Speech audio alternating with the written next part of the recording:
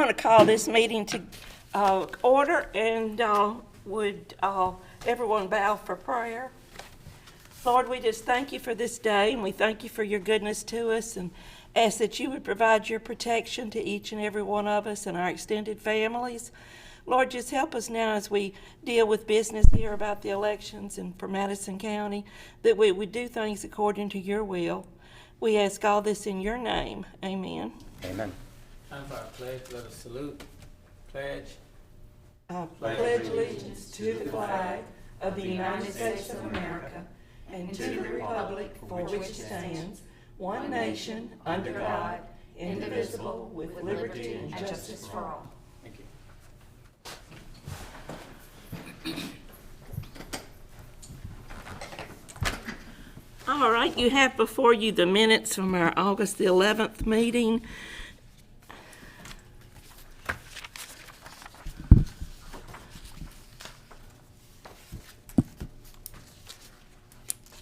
Do I hear any additions or corrections? I move to approve the minutes as written. All right, is there a second? Second. All in favor? Aye. Today is our mandatory purge day. It's set up by the legislature, and I'm going to turn it over to our attorney. He has provided us a list through Ms. Ray's office, and we are going to check down it to see which ones we might need to make adjustments on. Sure, thank you. I think that it's been a while since our last purge date, which is set by the state law, and so we always start the year in January with a purge date, and so it's been a while since the last one, and so Clerk Ray gives me a list of convictions since January. And it's a long list, and it's got a lot of information on it, and so what I did was I went through and highlighted the names of people that were convicted or pled guilty to disenfranchising crimes, which is a list that you don't expand. You just go with, if it's on that list, it's disenfranchising. If it's not, you don't list it. And so highlighted those names for y'all's review. And there's about 300 names on here, so it's likely I missed a disenfranchising crime. So please, review it, and if I did, let me know, and feel free to ask questions and review it, and then y'all vote as a commission to purge those names if they are found later to be on the voter rolls. And these are just convictions for Madison County. Commissioner Dickinson will get into some other convictions outside the county after this. Okay, I count a total of 9 pages, and so let's go through them a page at a time. On page 1, there are 6, and let's look and see out of that 6 how many we feel like are in that category.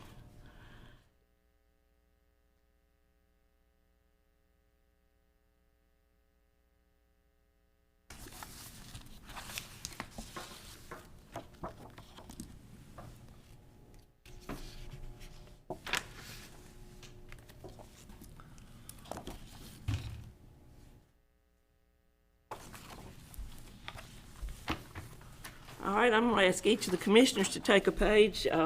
Mr. Lacy, would you take page 2? Page 2, what about 1? I just did 1. I think all of those are correct, all of those 6. Are we gonna look these up in the computer to see whose they are?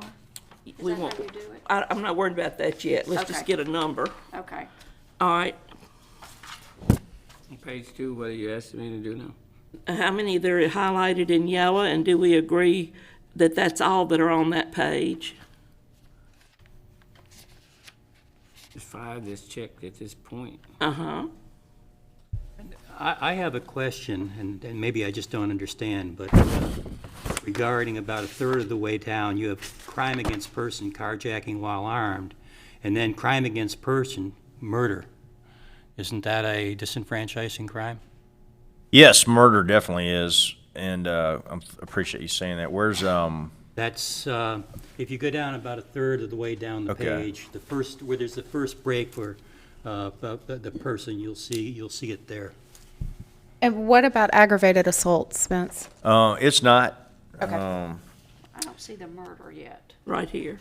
Or any kind of sexual battery? And it's not either. Okay. But yeah, thank you for flagging those. And murder definitely is Yeah. disenfranchising crime. So thanks. We'll add that one to the list. And sometimes it makes a difference, they were charged with something and then what they pled out. Yeah, that's why I asked if they were, they pled it differently, but it seems to imply that that was what they were convicted of. Right. I think so.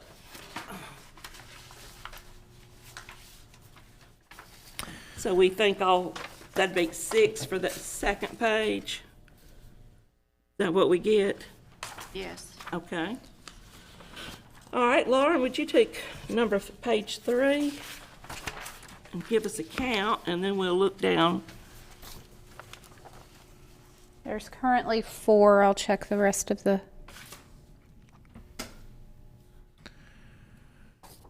And I think your approach is right. I think that it's awkward to call out Johnny Smith, and then it's Right. people on the internet wonder if the John Smith they know committed a crime, and it's not fair to them. So it's good not to say the names on the internet, probably.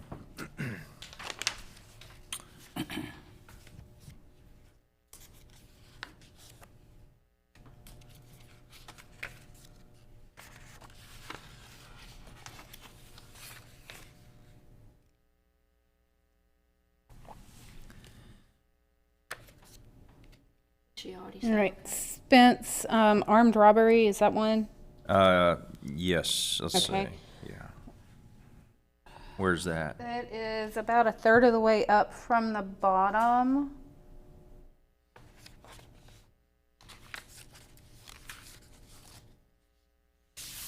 Okay. Do you see it? Do you see it? In parentheses, says armed robbery.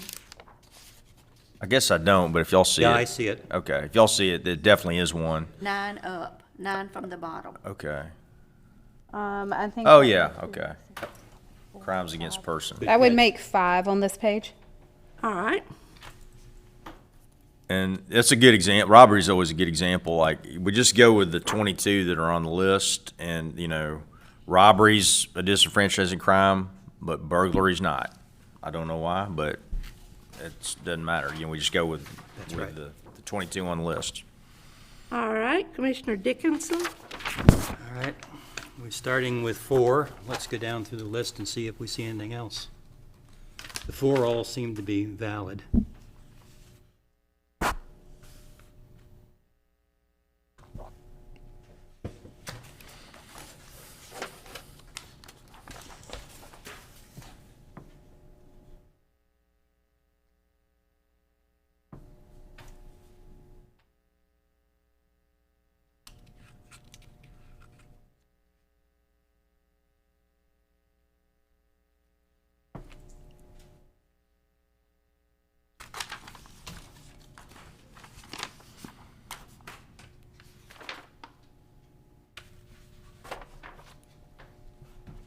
I don't see any others. Does anybody else have Turn one? the page and look at the last one. Does that go with yours at the top? Yeah, I agree on that, Helen. And you see when you turn the page at the top, the The- comment? The comment goes with the last name on the bottom of your page. Yeah, that's, if you take a look at the last one on the page, And you then turn the and look at page, the comment. then you have capital murder. Oh, okay, yeah. Yeah. Good catch.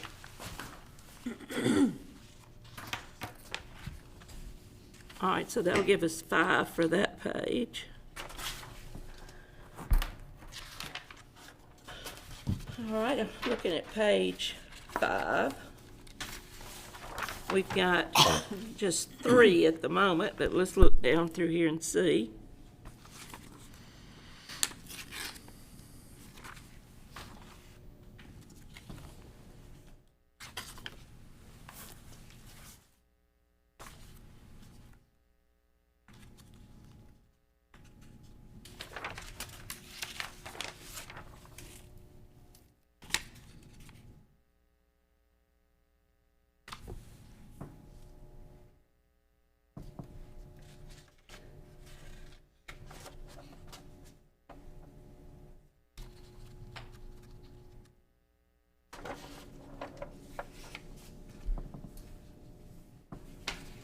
believe that's all I see are those three. Is everybody else been Agreed. checking it? Okay. All right, Helen, on page 6.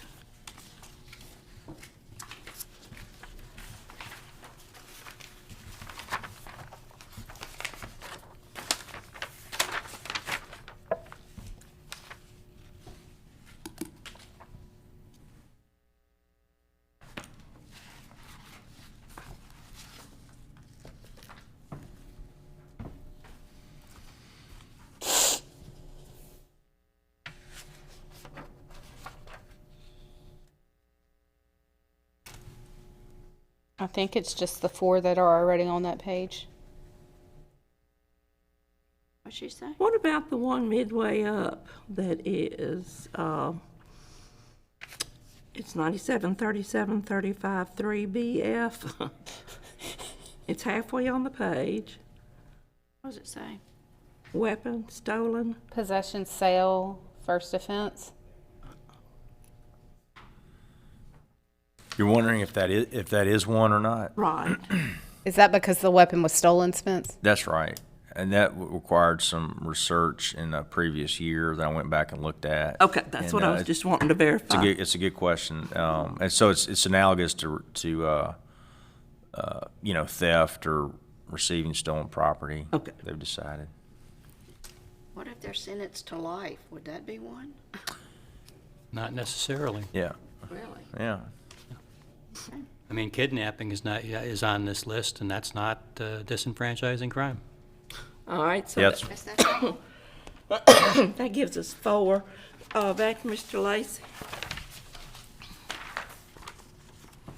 It's 3 at this moment. Okay.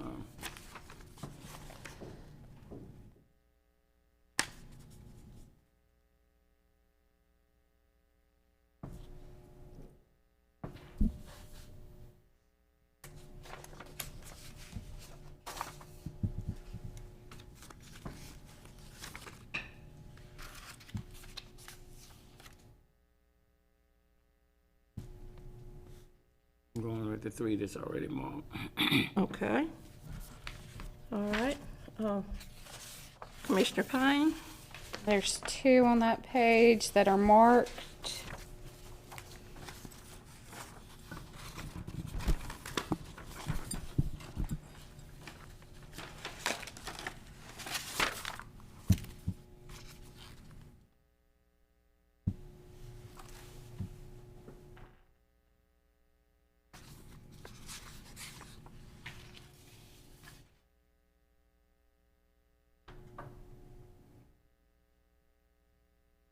I'm going to stay with just the 2 that are marked.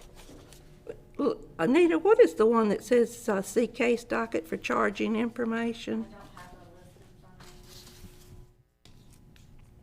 I thought you did. I'm so sorry. Oh, you need a list? Thank you. What page are you looking at? Page 8. Is it the next to last page? Yeah. And it's about a third of the way up from the bottom. See case docket for charging information. I thought it was at the bottom. It's halfway. It's right here. The case Oh, I see. docket for charging information, charge data imported from the legacy. Okay, this is an old docket. Uh-huh. And you would have to see the case, the case. Well, that's what made me wonder what was the case, so we'd know if it should be included. I cannot tell you because it was imported. What happened was when we went on to NEC, Uh-huh. all of the case, since it's an old, evidently this is not a disenfranchising crime. That's what I'm just trying to verify. Or it would have been, purged a while back, because this came over from an old case. That's all I was trying to verify. Okay. So we've got 2 there. 2. And Commissioner Dickinson? All right, we have 1 on this page. I went over it, I didn't see anything else, but please go over it and give me a second and third pair of eyes here. I agree with you. All right. Mr. Spence, Yes. one time you looked up uttering forgery. What was the results of that? I'm sorry, I couldn't hear you. Uttering forgery, what did you find out was that? Yeah, that's one I always have to look back and research. And the research says that it's not Not more than that. disenfranchising. 33, 36, 37, 38, I got 39. Oh, you did? So let me see if I figured correctly.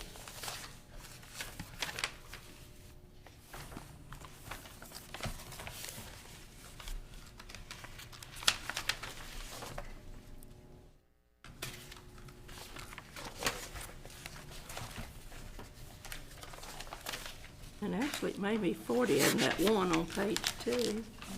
And, well, 41. I got 35. Okay.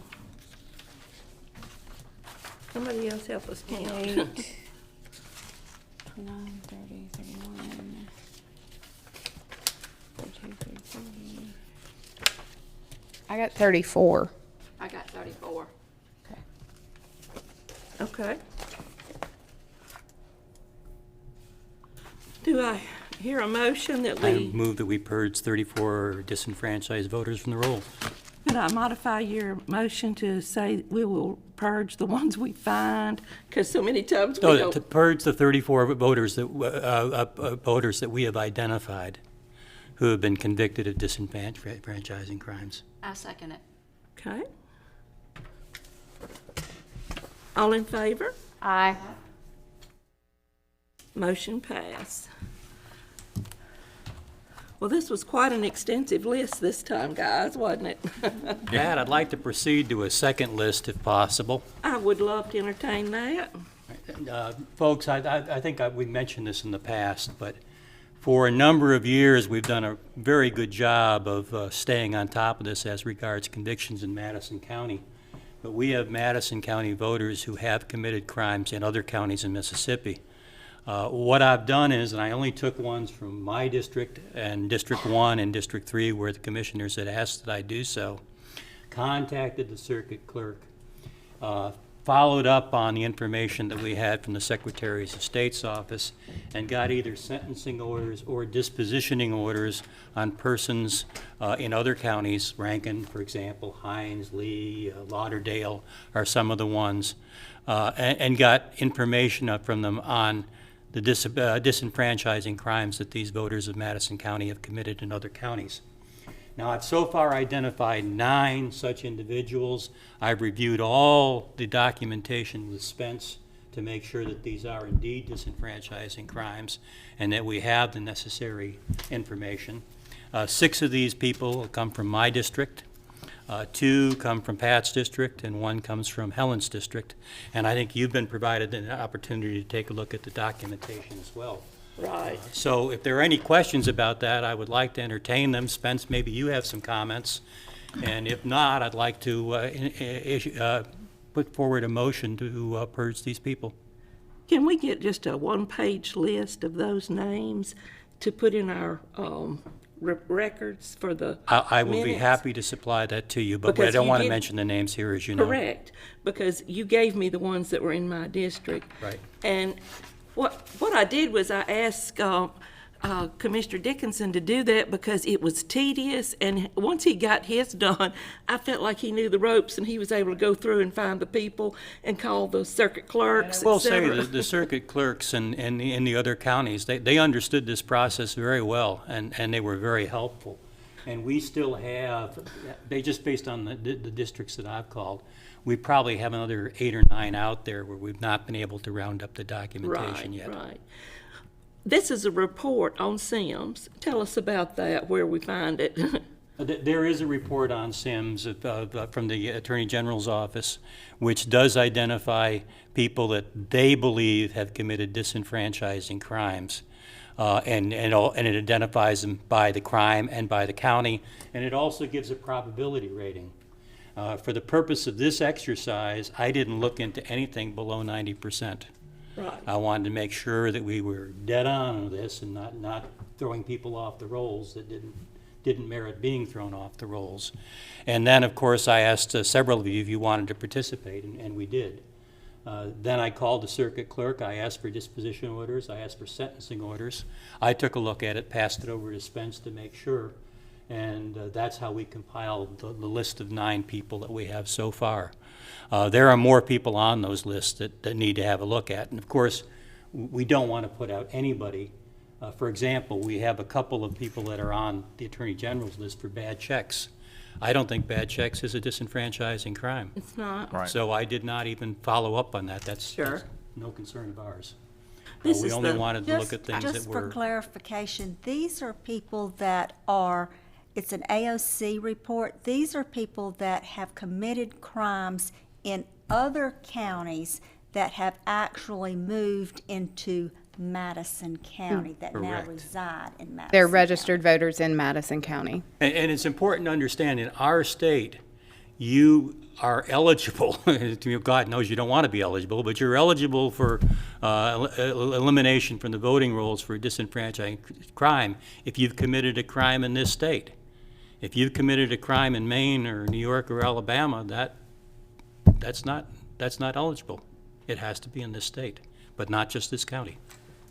But it's only that certain 21 that you can consider. That's right. But I'm sure he would be able to do the other districts. We just had not had a chance Right. to be in touch with you. It's pretty laborious. I mean, if you find I any would clerk, greatly you can call. appreciate if you could, Be happy to help out. since you know the procedures and And then he just would furnish the information, and then after I looked at it, I agreed. I thought they were in that category, so. And again, we want to be careful. uh-huh. I'm trying to make sure that we do everything we can to make sure that only the people who, by our state law, merit disenfranchisement are in fact disenfranchised. Okay.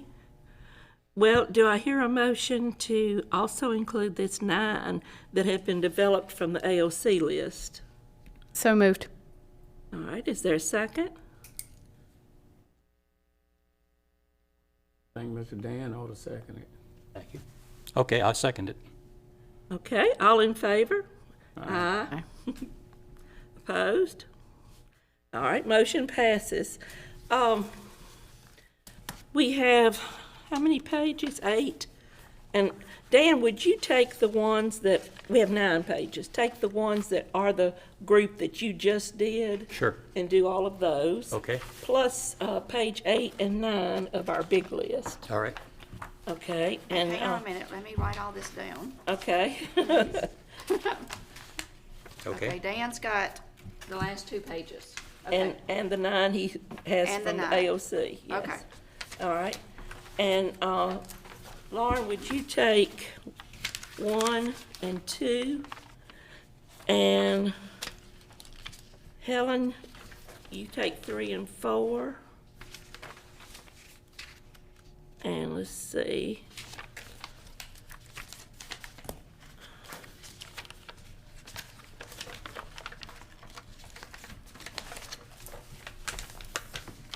Leroy, would you take 5 and 6?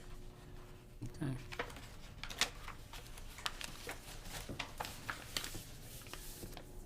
And then I'll take 7, and that'll have all the pages. And next month, what we'll need to do is like, out of your page, if it had 6, you'll say that I either found 6 or I found none. And it's quite common to not even find these people on this list registered. But on the ones that Mr. Dickinson found, those 9 are there. He found them, and so we know they'll come off.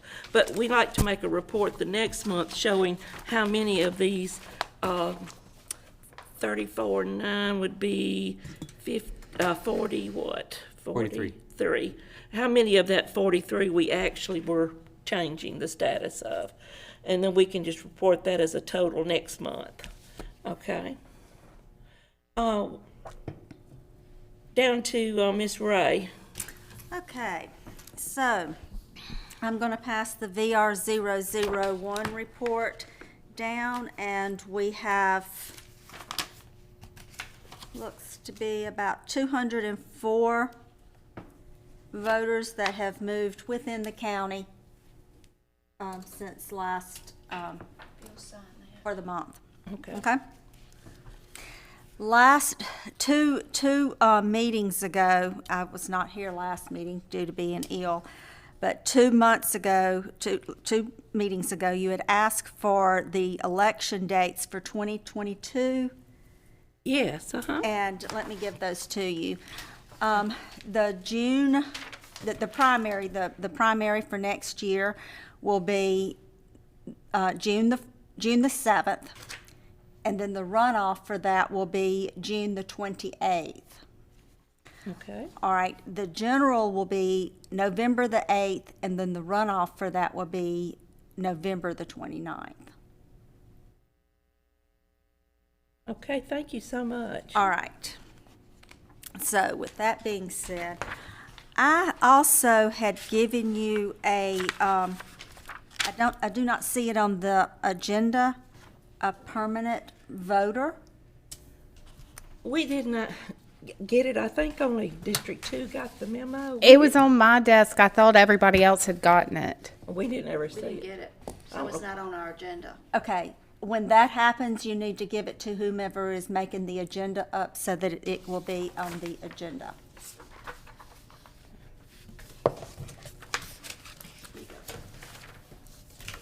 Okay, thanks. Is that for a permanent absentee voter? Yes. Yeah, it's 2 of them in District 2. Okay. Okay.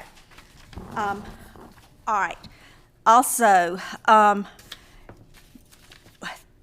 we would have had an election probably, maybe, I don't know if, but we had no one to qualify for the Canton Public School District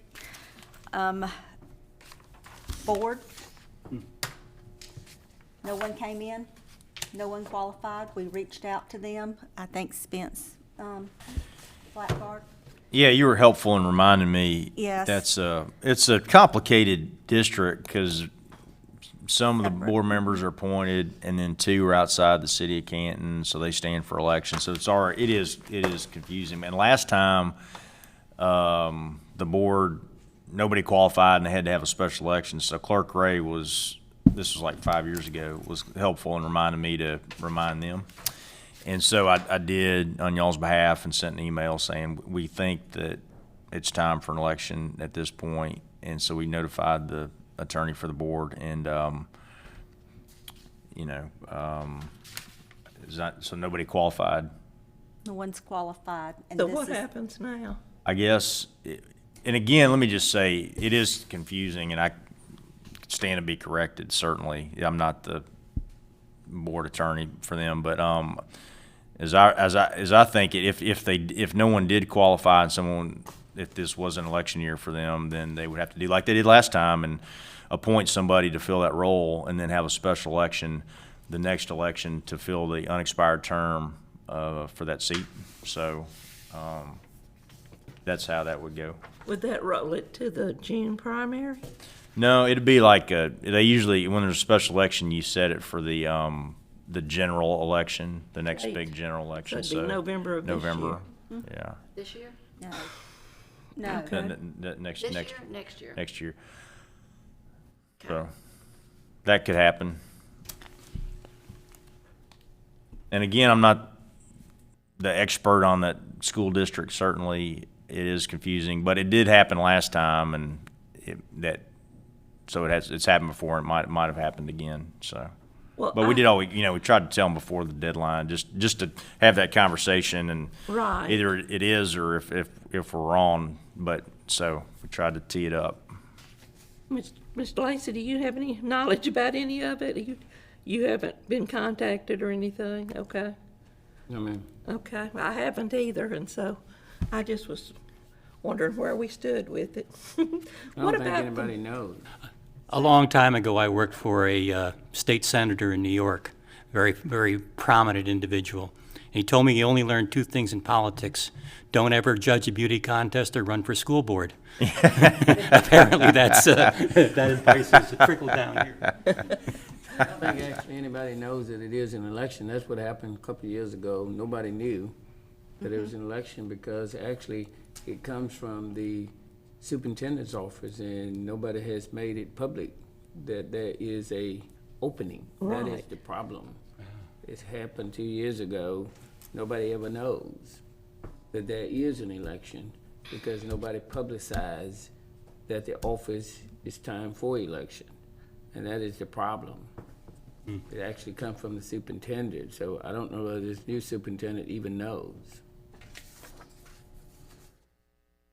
Well, what do you recommend, if anything, that we need to do? We've done all we can. I notified the lawyer, Okay, and before the qualifying deadline, and right. so we just conduct the elections for candidates that qualify, and we can't make people qualify, right? So Now, am I mistaken, Anita, did someone move within the Madison County School Board area that was gonna require a new election? Someone had told me that one of the people had moved out of that district. I have not heard that. They still live in Madison County, and so I thought that was maybe who had picked up the paperwork from your office before. There was a Madison County person that, Right. that came in to qualify, but it's not their time. Not for that position. Yes, Madison County School Board's not time, it's not time for them to run yet.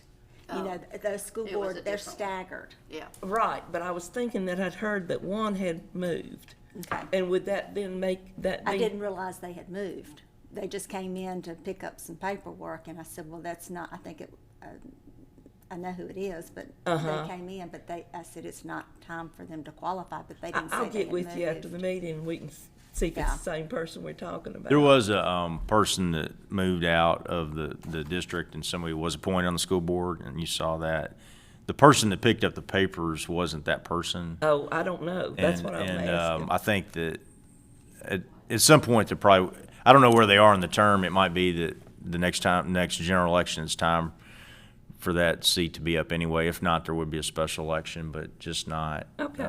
this November. So That's maybe, fine with me. Yeah. I just was trying to make sure we had all our bases covered. Yeah. So if we were gonna need to gear up for anything, that we'd be Yeah. on target, so yeah. suits me fine. All right, back to my list of things I wanted to cover. All right, Teresa and I have been in the basement last week for 2 days, doing inventory on the old poll books. And if you have any poll books that you're not going to be needing, any of your old poll books that you're not going to be needing between now and the end of the year, if you'll turn them in to me so that I can get them inventoried and get them turned over to the over to the county. The Canton is going to be using approximately, we're going to use about 8 poll books for the Canton's Canton special election that they are having on October the 5th. So I'm going to save out about 8 of those and then inventory them after October the 5th. That way ES and S can come in with our new poll books, get those calibrated, and then about February, Bill and I have talked about having y'all trained on the new poll books before the primary.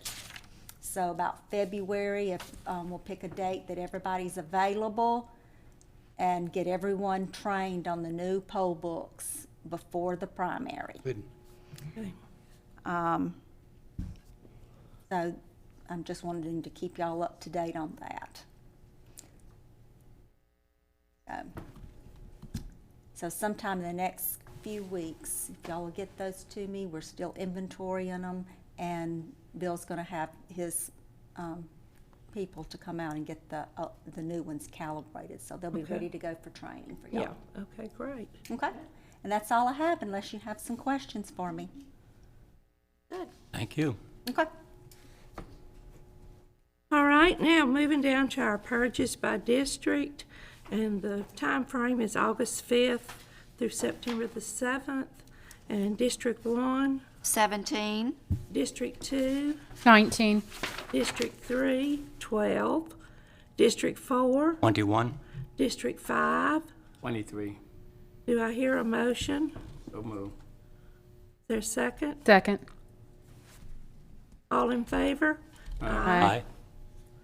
Motion pass. Now to number 8, we have people that were made inactive for that same time period. District 1, 4, District 2, 33. District 3, 8, District 4, 6. District 5. 24. Do I hear a motion? So moved. So moved. Let's see. I heard Leroy and Lauren first, sorry. all right, what now, All say? in, Leroy and then Lauren. All in favor?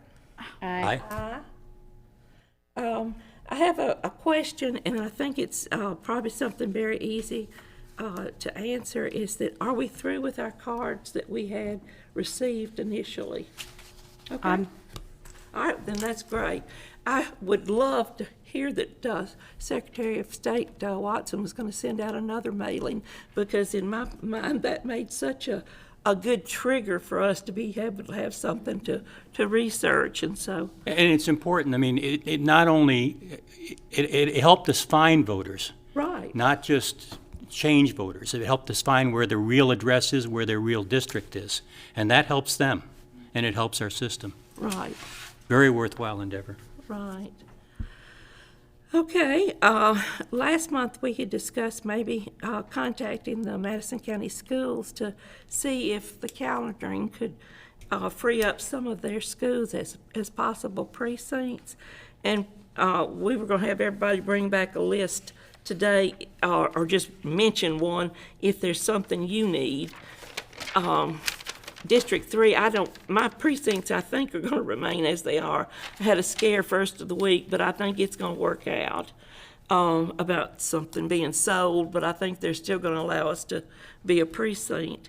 But District 1, what schools would you be thinking? I have no schools in my district. Let me correct you, Miss Helen. Madison Crossing, that's the one I'm looking for District 1 to share out of that, to split. Madison Crossing. Madison Crossing. Madison Crossing, I'm looking for that to split it out, District 1 from District 5 over there at Fairview. Right. Madison Crossing, we had it there one time Not in my because of district. Grace Crossing. Madison Crossing it's not in my district, so I didn't know if I could move one to there. I'm thinking we can. I'm hoping.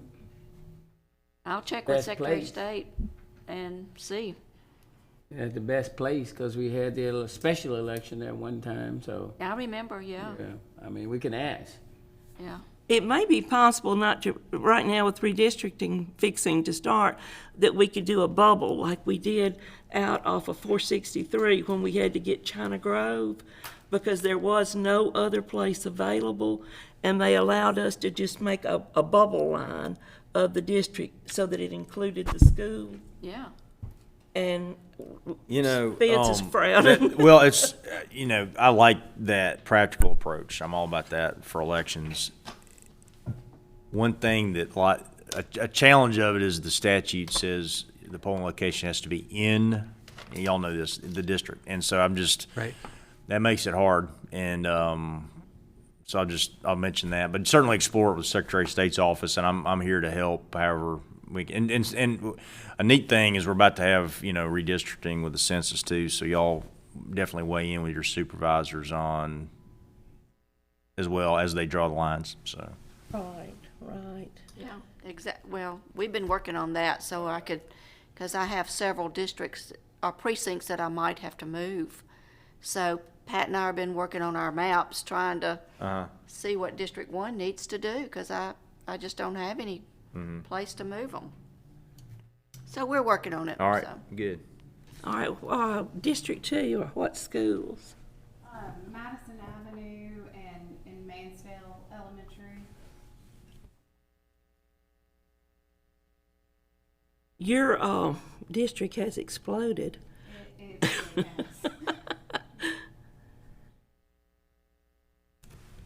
Okay, I don't have any District 4.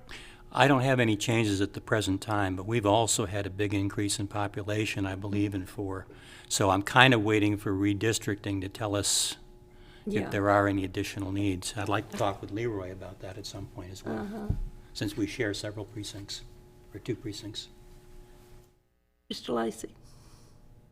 I have no changes other than 528 if District 1 is able to do that. I mean, it's actually, District 1 is right across the street. I mean, actually, Right. the middle of the street divides it. The dividing center line actually divided from being at Madison Crossing anyway. Right. But all of the people live right across the street from it, so. Well, and the good thing is, there's behind the school there at Madison Crossing, there's not a residential area right there that you would be affecting voters with that move either, Spence. It would more or less just be moving the boundary line, which is what we were able to do on 463. So I don't know, we need to discuss the supervisors and see how that would work, but to me, that would make a Just something to look into because logical, yeah, the center line divides the district, that's all.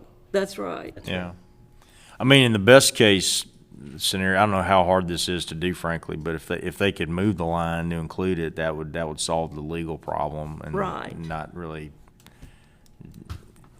It shouldn't be a problem. It doesn't impact any voters. It just takes in that school. We so. just get from GIS, get the coordinates and and write that into the new lease agreement where it shows that that's where the boundaries of the precinct are now. Anita, do you see a problem doing that, or? Okay. Well, the argument, Miss Anita, is actually, 528 is not in District 1 either. So it's the same thing. Yes, I think that's a, Grace Crossing wasn't in District 1, but that's where the split is. I mean, I think that's a question for the Secretary of State too. Right. So, I mean, I That's the think, thought. I mean, to alleviate some of the traffic, the voters, that's the main thought yeah, here. 528 is a problem with the traffic, Yeah. major, so. And and Do it you has to have something anticipate done still out there. using Goodloe School? So far, we got a contract for Right, but that's what, yeah, 3 years. right. And so I just want to still include that in our discussion. Oh, well, yeah, I mean, it's a Canton Public Schools. I thought you were talking about Madison County Schools. But, Right. Yeah, Goodloe School, Goodloe School's still part, yeah. All right. Okay. All right, well, I'll get with Spence and we'll decide how best to approach the school board and et cetera, if that suits our commission. The next is COVID protocol for the office. And I'm not really trying to be so nitpicky, but in a way I am. I don't want COVID. And so I've been trying to do everything I can avoid to do it. I've been wearing the mask. I've been all that kind of stuff. And so I just wanted us to go on record, or at least swear that we all five knew exactly what we all thought. So I thought it'd be a good discussion point, and I had actually put it on the agenda. But I know Mr. Dickinson had looked up what the CDC says, so I'll let you mention that. I passed around to several of you, and I don't know if anybody else needs it as well. I didn't get one. Okay, yeah. Okay. Bottom line is, I think we're familiar with the basic requirements. Obviously, if you're sick, don't go to work. That's like number one. You're not supposed to use public transportation. You're not supposed to get out for food and medicine, et cetera. Self-isolation. I think 4 of us currently have had COVID, correct? And I think all of us have been vaccinated, so we know vaccinated people can get COVID. That's certainly the case. The CDC recommends that you should isolate and quarantine for 10 days after the first appearance of symptoms, or if you're asymptomatic and you just got the result as a test, that it's 10 days after you get the result of your test. And I know I did that, and I believe you did as well, Anita, when you had it. I know you had it as Helen as well. So I think we're pretty much all in conformance with the CDC's guidance on that. Something that came up is self-testing. You know, there are some people who think that you can't come back until you have a test. That's not the CDC's guidance. In fact, the CDC's guidance is the opposite of that. According to them, and also OSHA, Occupational Safety and Health Agency, due to time constraints, privacy regulations, for example, HIPAA, and lack of testing. As we all know, the testing facilities in this state are overstretched because of the situation we have. CDC, the Centers for Disease Control, and OSHA guidelines recommend that employers do not require a positive COVID-19 test result or a healthcare provider's note for employees who are sick to validate their illness, qualify for sick leave, or return to work. Now, if the county wants to go against that and adopt a different policy, then that's fine. But right now, it seems to me that a responsible thing to do is make sure that the people who need the test in this state, and there are many of them, are first in line to get them. If you've had COVID, you have more antibodies than just about anybody, particularly if, like all of us, you're vaccinated. So I don't know what we accomplished by requiring a test, but if that's what the county wants, I I'm guess just that's what gonna we'll say do. why I did. Well, you have a different situation. Yeah, I did go and get a negative test after I had it because they won't let you in the nursing homes or some of the places without having that negative test done. So I felt like I needed to do it. I didn't want to I didn't want to come back to work because even after I had it, I still feel like weak and all this kind of symptoms. So I just wanted to be sure before I walked in that office or anywhere that I had a negative test. I understand that. So that was just my personal feelings that I needed to do that. And of course, I have another reason because I needed to go Yeah. and to the nursing home. But anyway, so that's why I did it. So But if the county wants to establish that, then that's the county's business, but that is not the guidance that we're getting from the CDC. I don't believe the county has gone on record with a definite protocol. Right. And I don't think that that would be actually binding. I just wanted us to discuss it. Sure. So that we'd all kind of be on the same page. Absolutely. Because I know we just need to consider one another because who knows? I mean, you could test positive anytime and you are one of these people that has no symptoms. Yeah, So, that's correct. And And you should quarantine in any case. I tested negative 4 times. The only way we discovered I had it is because I tested positive for the antibodies a month later.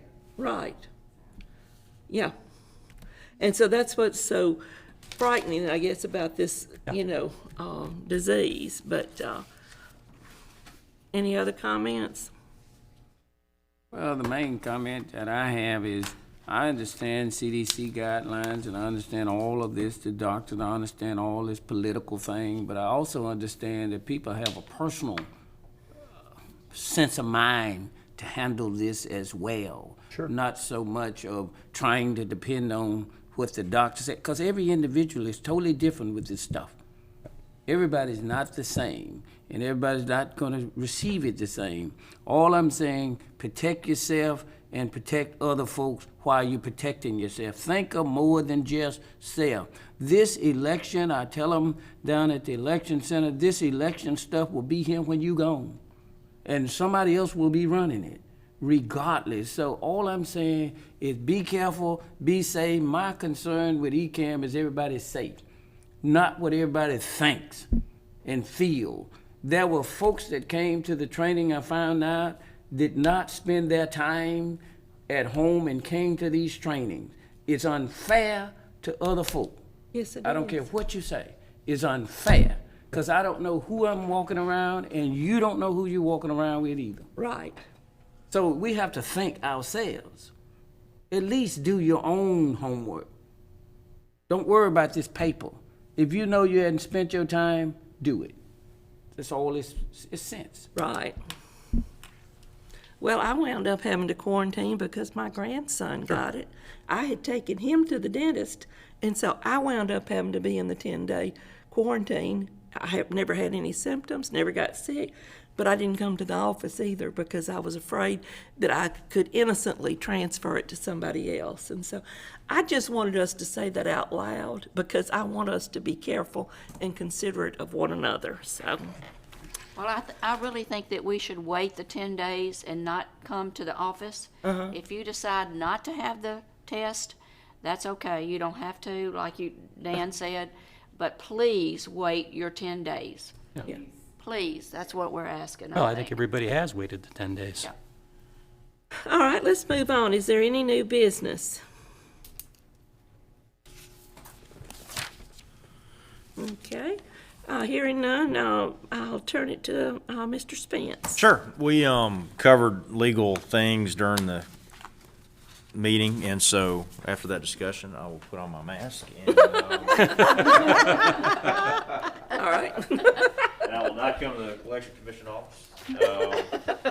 Pass that one, Bill. Thank you, sir. Thank you. I didn't bring my mask, so.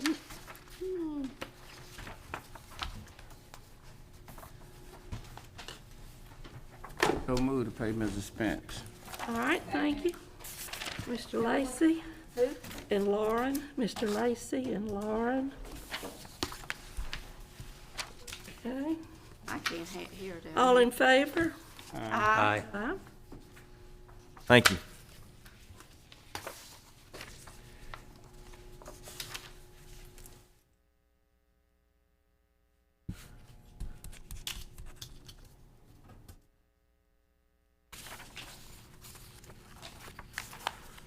I have heard that they have passed the budget by the Board of Supervisors, but I have yet to be able to find out what ours is. Miss Anita, have you heard anything yet? No, I think I've received mine, but I should have received it. Y'all didn't get an email? No. And when I asked about it, I was told I could print 125 pages because it was all lumped into one group. So I'm still trying to find out ours. All right, comments from election commissioners. District 1? Okay, on September the 8th, I called Scott McGehee at Mississippi Van Lines and was asking him about the election commissioners, when we have our elections, reserving their trucks to distribute our election equipment. And he said, what he said is he can give us the air ride trucks plus the trucks with the lifts.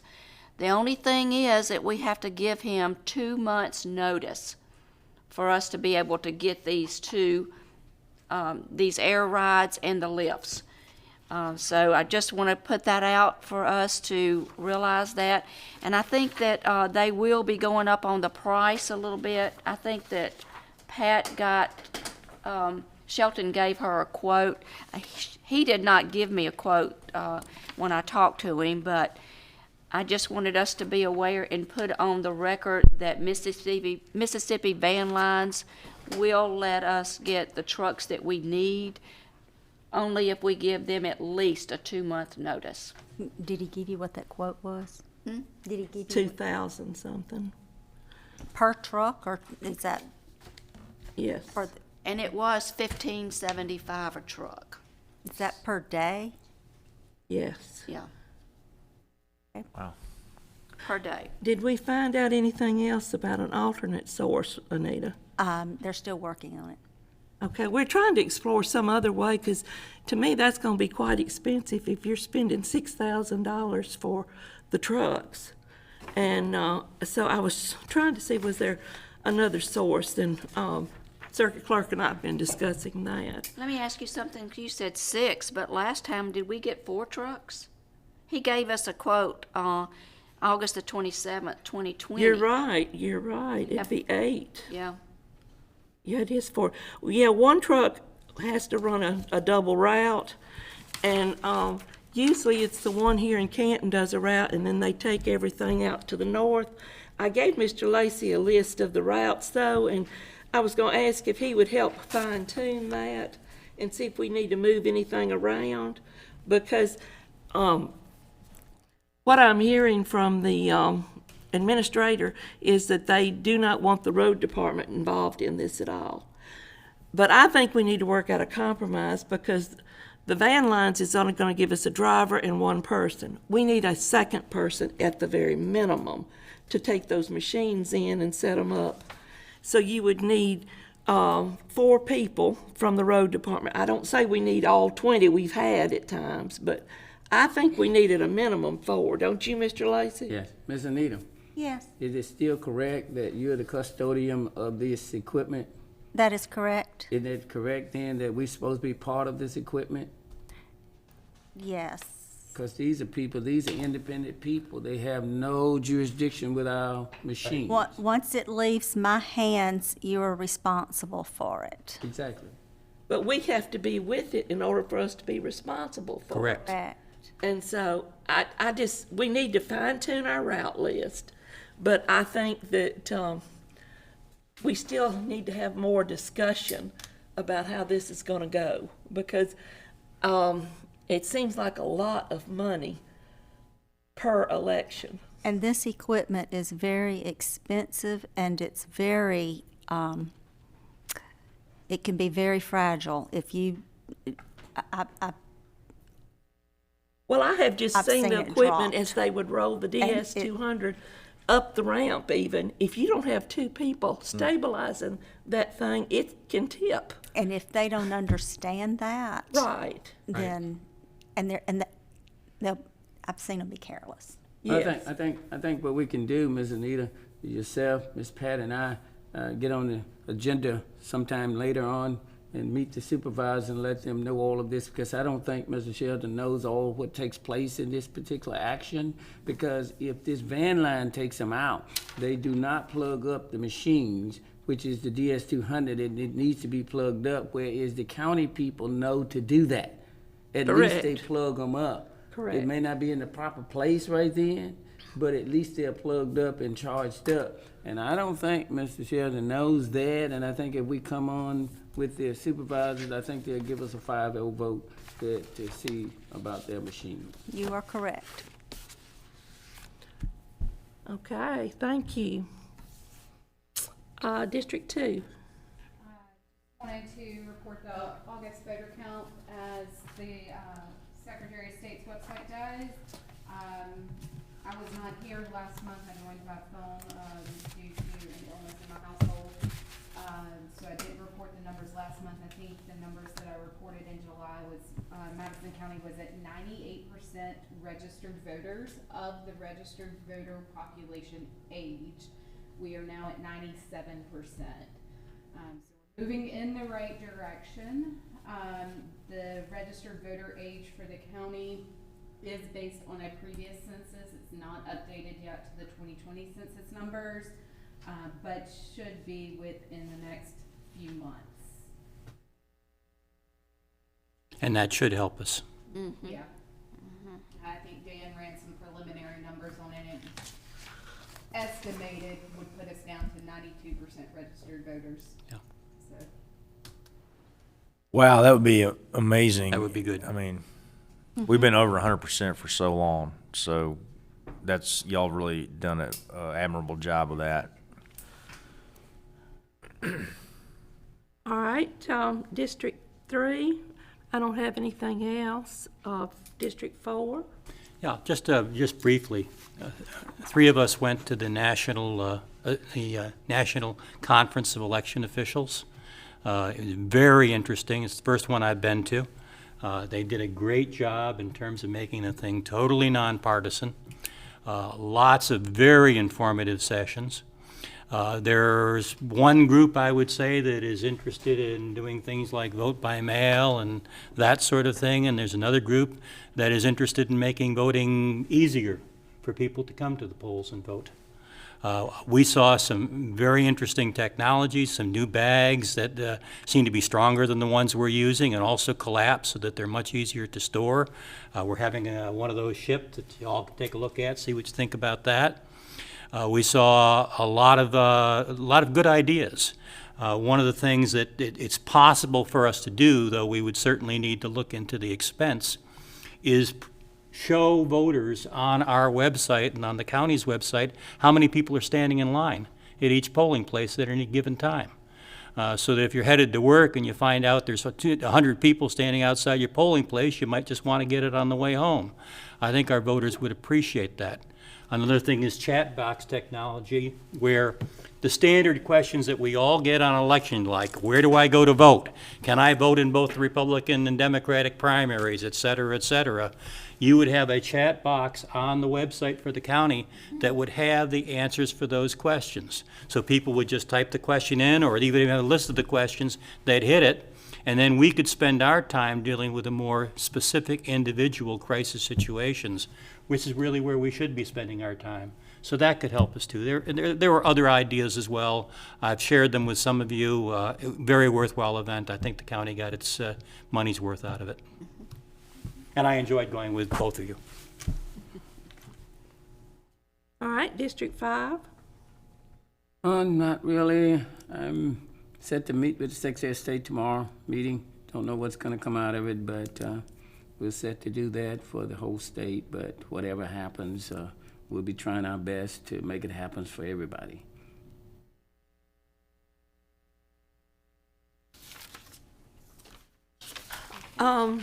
I know this is probably a moot point, but I noticed that in Madison County, they were all giving 3% and 4% raises to the employees. And we are considered employees, but then we're not. And so I'm just making an observation. But, you know, our per diem is set by state legislature. Yeah. And I don't know how much our group has with, you know, contact with them. I mean, do you have any idea? Yeah, I mean, I can be on record, I can go off record, but it's not gonna happen this term, I can tell you that. That's kind of what I thought. I'd have put money on that one. I mean, if you can remember, I got this done 2 years ago, and it's not gonna happen probably about another year at least. I just thought I'd ask. I- I mean, I agree, a whole 100%. oh, yeah, I understand. I'm not gonna disagree, I'll fight for as much as they will give, but I just know. There's a recurrent character in the Dilbert comic strip called Catbert, who is the evil HR manager. And Catbert was once asked by a reporter, have you heard any complaints on this? And she said, I haven't listened to any. I think that may be the answer we're going to get. Yeah, well, I think what's gotta happen is people gotta see, and I think our new Secretary of State, Mr. Washington, is beginning to see what we do. Right. A lot of people don't really know what election commissioners do and how important we are. Right. And the message is getting there. I mean, I don't know about the money, but the message is getting there. Right, Yeah. right. Well, I just want to toot our horn just a little bit, because I do think. Sure. I mean, it's do gonna be think- on the agenda, I can tell you that. It's gonna be on the agenda. Right. When we go down in January, it will be on the agenda. Sure. But I can't tell you what may happen. Oh, I understand, and I just wanted to say it out loud, I guess, was what it is, Yeah, because, yeah. you know, we get considered that we're lumped in, but then again, we're not. That's No. true. And so, That's true. You gotta ask, that's right. That's right. and we ask every year, trust me. That's true. Okay. All right, well, if there's nothing else, I would entertain a motion to adjourn until October the 13th. Lauren Second? and Dan, all in favor? Aye. Aye. See y'all then. Everybody turn off, we're still live. Here we come.